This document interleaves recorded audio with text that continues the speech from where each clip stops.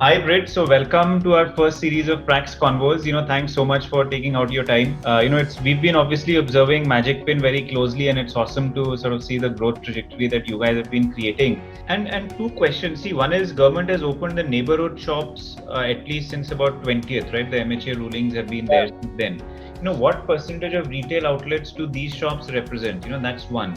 And two is, at least for the essential supply chain goods for FMCG, fresh, meat, etc., that's always remained on, except let's say a couple of days right in the beginning.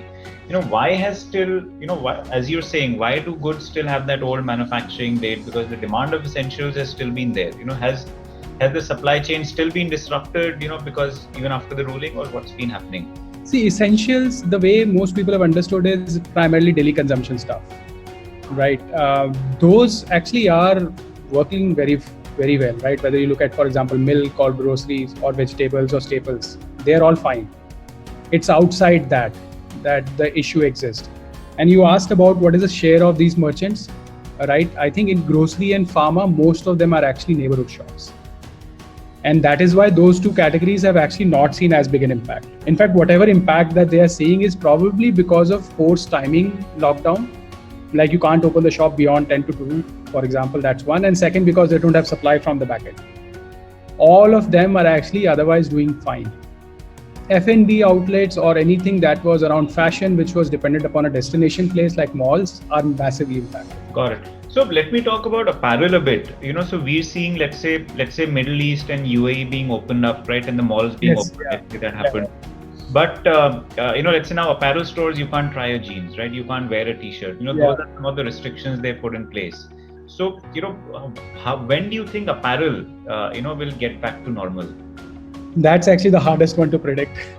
Apparel is the hardest one because it's a completely discretionary purchase, or more or less discretionary purchase. So there is no pressure on the government also to open it up. And the other thing is that most of the shopping happens actually on a destination, whether even if it's a neighborhood community market, right? It needs to be a destination or a mall. So it's very hard to predict what that will happen. What we know from our clients is that all of them are preparing to go more aggressive on e-commerce. That's their best bet.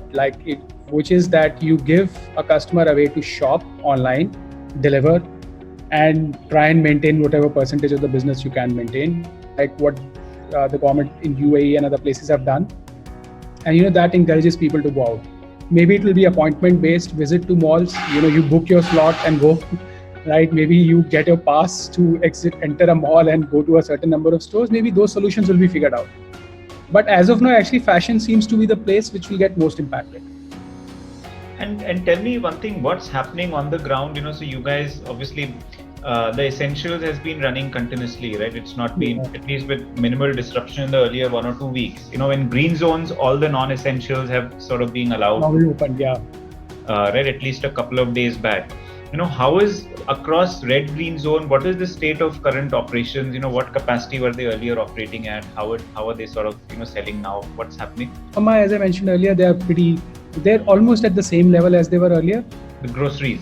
Yeah, groceries and pharma especially, both of them are very well managed. What we are seeing now is early signs of return in F&B. So a lot of non-mall based stores are opening up for delivery.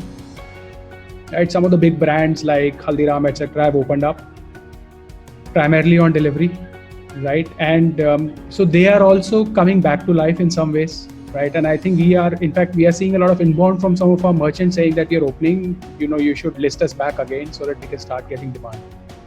So I think these two categories seems like we will have action. And if I may ask you, what was the channel mix, for these offline retailers, let's say earlier? How much would we just walk in versus, let's say, bought online or delivery, etc.? And how has that shifted now?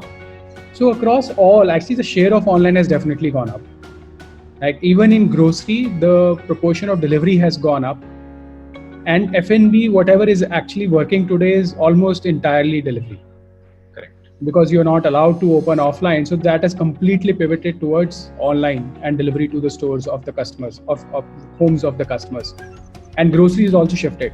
In fact, we saw a lot of adoption of our grocery service where a lot of merchants are actively seeking out, give me a Dunzo delivery boy or a Shadowfox delivery boy, and let me deliver to as much of distance as I can. And if I just change the gears a little bit, Bridge, so what you guys obviously would have got some downtime during this situation with at least your central and the corporate staff. Yeah. How were you able to use this time? Did you sort of work on more internal projects? Did you push some internal initiatives, some growth thinking in place? Like, how did you guys? That's absolutely right. That's what we did, Aryaman. So I think the primary area that we realized is that we always used to talk about omni-channel. Like when we started Magicpin also, it was all about helping retailers succeed. Now offline used to be majority of the business, so we were always driven about how do we spend demand to the store, and online used to be the second priority. Now what has happened is the omni-channel has actually become real. So we pivoted around making sure that we have a delivery product, a platform for merchants to deliver. A lot of work then happened around changing the application to make sure customers can discover those. And all of that shift has happened over the last 1 month. So in fact, all the tech team has been working probably more than what they were doing in the last 1 year around building the product, around building the merchant proposition to make sure the merchant can smoothly transition from getting customer to my store to actually how do I ship it to the customer. Got it. What do you think are some of the new business models, right, that might emerge with sort of this shock to the economy, right? Let's say across grocery, let's say across apparel, could we see more outskirts departmental stores or warehouses, that bring a catalog and deliver to home, etc. That kind of, like, what sort of new things that might spring up, post this? Actually, one thing I strongly believe is in subscription. Subscription right from grocery to fashion. Basically, you lock in demand upfront and then deliver. The more you can move towards subscription, the more degree of freedoms you have, right? You probably know about Milkbasket, right? Which when they started out, it was actually a subscription product. Probably now is the perfect time to actually have subscription. But what I meant by subscription, it will go to retailers. So for example, you can get month's supply of milk from your local retailer or month's supply of grocery from your local retailer. You know that guy can manage demand better. So that is one business model that I feel grocery and offline retailers will actually adapt a lot. The other is just to making sure around, for example, what you talked about is how do you make sure that customers can go offline? That can't happen unless you have space. So crowded places, at least in the near term, are going to be fundamentally negatively impacted. So malls would have a tough time. So all those places will really be affected. But all stores which are at neighborhood, which can figure out social distancing, will be fine. And what's been what's your view around role of government and regulatory bodies, right? I think for now they've played their part and they've sort of prevented, as much possible, like prevented lives a lot. Going ahead, sort of what on the rental side, especially on the non-essential businesses, etc. What kind of regulatory interventions or easing should they make, for that, so that companies and businesses, especially the small and medium SME companies, come back to their original top line and bottom line faster? I think the first thing is, the lockdown was required. It has done its job. So I think the first thing is how do you open up, right? And how do you make sure people learn to live with the virus? Because I think that itself will allow businesses the freedom to adapt. I think if you do that, you will find most of the businesses will figure out a way, like we have done, like others have done. They will figure out a way to thrive in the post-coronavirus world. That's one. Second, I think small businesses will need financial support. We don't have formal credit systems for small businesses. They will need credit and financial support. There has been a lot being done for the end users. There has been something being done around, large enterprises, but not as much on the MSME front. I think that's one thing that can enable. It could be very simple, like, giving collateral-free credit for small stores while they open up, which gives them a runway for 3 to 4 months. That itself will help. Then I looked at what Singapore government, for example, is doing. They're actively, for example, encouraging the F&B sector by giving them or subsidizing their commission for home delivery. So they're actually funding part of the commission if you open an online shop at a delivery partner. They are giving you working capital loans so that you can tide through 3 to 4 months of your business. I think that's all that is required, beyond which people will figure out a way. Especially neighborhood shops have seen a lot of ups and downs. They are probably the most adept at figuring out how to should they run their business. Got it. And how much do you think sort of commercial, rates, etc., might fall? There will be impact, I think, for sure. I think on the real estate for commercial, absolutely there is going to be. In fact, we are seeing that with our people who have rented premises to us, they're under a lot of pressure, right, around making sure that the people actually stay in the premises. Plus, work from home fundamentally is going to now tell most companies that people can still deliver, Yeah. from work from home. Especially teams like technology and product, they need not be in office actually. Yeah. Yeah. So that will reduce the requirement of number of people required to stay in office. Yeah. Now that might be counteracted to some extent by the fact that you need more space now because you need to have social distancing now. Open offices are no longer going to be viable. Yeah. So we'll go back to the world of cubicles. There'll be net.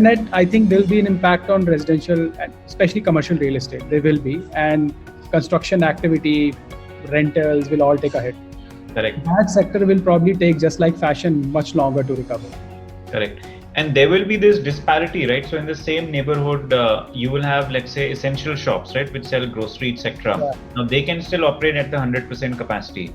But let's say there was a salon, let's say there was a stationery shop, let's say there was a barber or an apparel shop or a tailor shop. They will not be able to operate at the same capacity.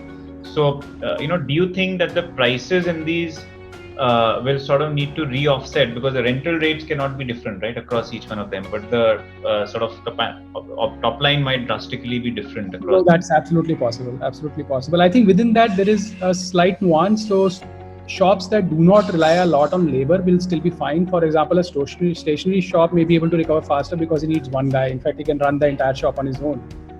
But a barber shop, which actually needs people to serve, will be more impacted because a lot of the people who work in these shops are actually not residents of the same area.